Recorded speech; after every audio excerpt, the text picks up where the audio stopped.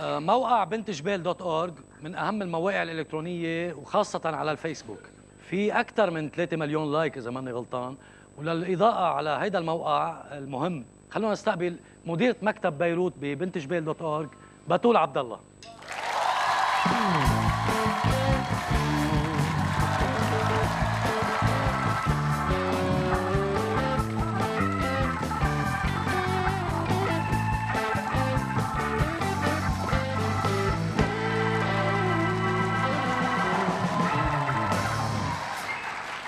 بتول اهلا وسهلا فيكي. اهلا فيك. يا عمي زغطوره كثير لتكوني مديره.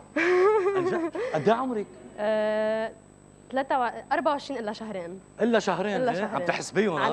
نيسان زلعان عنك. نيسان بصيروا. الموقع على فكره كثير معروف قد ايه صار له تقريبا؟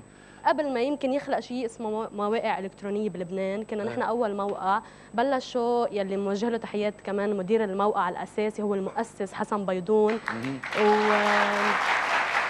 اوكي. وهو كان حابب يكون موجود اكيد، بس الظروف ما سمحت. اكيد بيوجه سلاماته واكيد وجه لنا سلامات ولكل الفريق. ايه عمره هو؟ كمان صغير. كمان صغير بس 30 تقريبا. زغطور. يعني كان كثير صغير بس بلش يعني.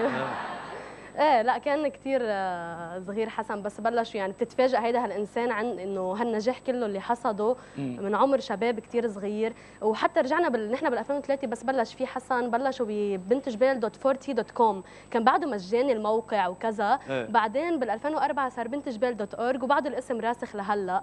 هلا بال 2006 تطور اكثر شوي، صار يغطي مناطق اكثر من بنتجبال وكذا. هلا بال 2006 بعتقد اشتغلتوا منيح. ايه اشتغلوا منيح صح. يعني بتعرف الحرب وعلى تماس وهنيك مناطق حدوديه. هيدا الشيء ساعد. بال 2008 بس صار في السوشيال ميديا بلبنان، هونيك بلشنا نبلش نكسر الدنيا مثل ما هلا انتم كم واحد، يعني كم شخص ادمن بهيدا الموقع؟ نحن 5 هون بلبنان وفي 3 بامريكا. يعني نحن 24 على 24 عم نكون بتعرف مواكبين وعم نراقب كل شيء وكذا. فهيدا الشيء اكيد نحن بدنا ننام بالنهايه.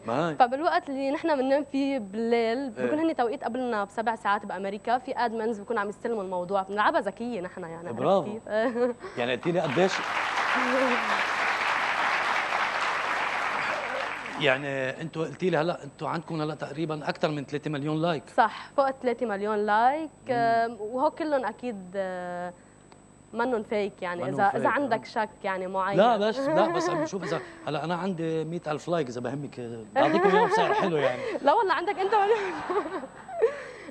طب هلا انتوا اي اخبار لها اولويه عندكم؟ يعني اخبار بنت جبال؟ لا لا لك نحن باول البدايات كان بشكل بدائي بعده بس بنت جبال بغطي. بينما هلا خلص صرنا بمرحله عم نغطي لبنان ككل وحتى العالم. يعني عندنا اخبار اجتماعيه سياسيه امنيه محليه متفرقات منوعات شو ما بدك. هلا في عندكم كثير فيديوهات بتضحك بحضرها. ايه في عندنا فيديوهات مزبوط. وحتى نحن هلا بشرنا باخر فتره عملنا مثل ويب تي في. يعني قد ما هو صار عندنا يعني جماهير عدد كبير كثير ففتنا بخطوه الويب تي في اللي بنحط فيها ريبورتاجات وتحقيقات نحن بنقوم فيها.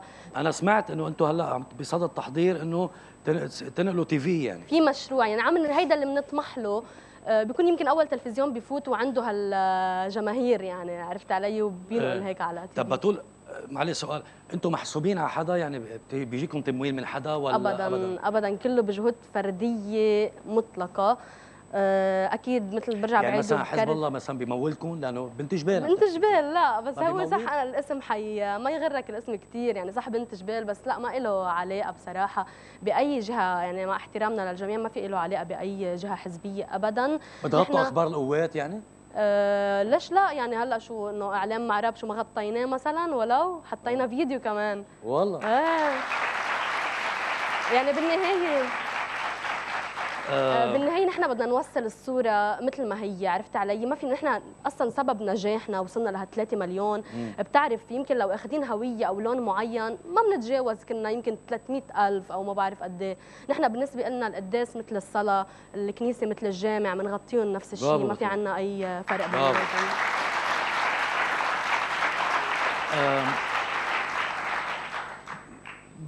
بدنا نشوف أنا وياك تقرير صغير وأنتم عاملينه على فكرة وبنرجع بنتابع حديثنا. يلا. ما تم الإعلان عن أن أعلى نسب العنوسة في العالم العربي ألا وهي 85% تكمن في لبنان وفق الدراسة التي أجرتها إذاعة هولندا العالمية. بنات يخففوا غير شوي لحتى يصير كل رجال يتجوز شي 4 بيمشي الحال صح. تسائب الخلفة بنات أكثر من إنه شباب. تحرك الشعب اللبناني عندما استباحت النفايات طرقاته وأغرقت شوارعه، فهل يتحرك اليوم للمطالبة بالحد من نسبة العنوسة التي تتفاقم يوما بعد يوم؟ بتول عبد الله، بنت جبال .org.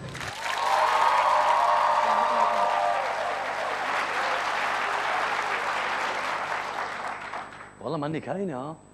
ليه بتشتغلي بالام تي في ريبورتر؟ يلا ايه؟ بتسأل ليه يا عادل؟ شو ليه؟ ليه؟ ليه شو ليه؟ مين خبرك؟ لا بالعكس، نحن ما عندنا مشكله ابدا. لا لا لا، هيدي شيليها من راسك ابدا، ابدا الام تي في للكل. بعرف اكيد. ما الام تي في مش لحدا. الام تي في لمين يا بتول؟ لإلكم.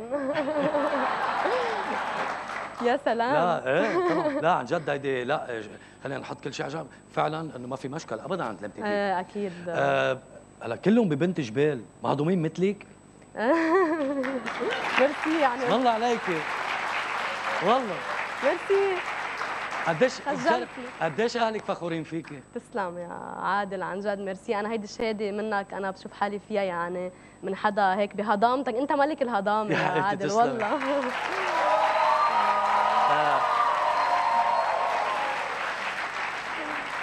بتول بدنا اتمنى لكم النجاح، ويعني الله يوفقكم، بتستاهلوا كل خير وبرافو. ميرسي. برافو. ميرسي.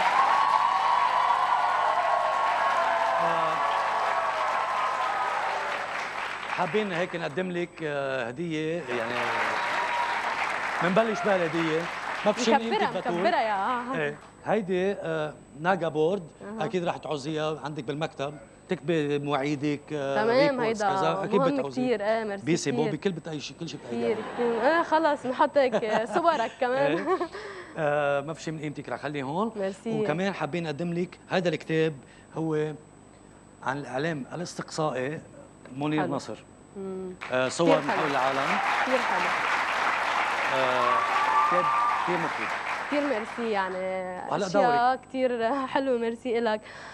بداية عادل، هيدا الكتاب كمان كتاب بنت جبال ذكريات مصورة، بقلبه بيحكي عن تاريخ بنت جبال من سنة 1880 لل 1980 تقريبا، يعني حلو. حقبة زمنية مدتها شي قرن تقريبا. يعني فيك يعني تفلتش فيه. اهداء ليبقى هذا الكتاب خيط الوصل بين الماضي ماضي والحاضر إلى الإعلامي المميز عادل كرم. عادل كرم حسن طبعا. بيتون بتول عبد الله، مع كل المحبة والتقدير. يعني مش من قيمتك مسيو عادل، في شغله يعني ثانيه كمان يعني. بس انت بتجيب اثنين، نحن كمان. هيدي هيك كمان شيء هيك رمزي. هيدا لانه مثل ما الكل بيعرف انه هيدا اعلامي ناجح وهيدا فنان مهضوم. هيدا عادل كرم. يا حبيبتي.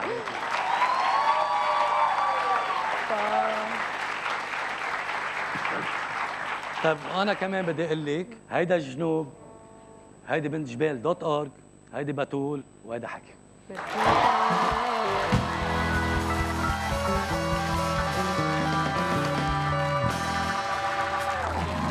حلو كثير. ما تروح لبعيد، لانه بعد الاعلان رح نكون مع النشره السخيفه والاخبار التافهه. اكيد اخبارنا احنا غير اخباركم. فكرت فلاش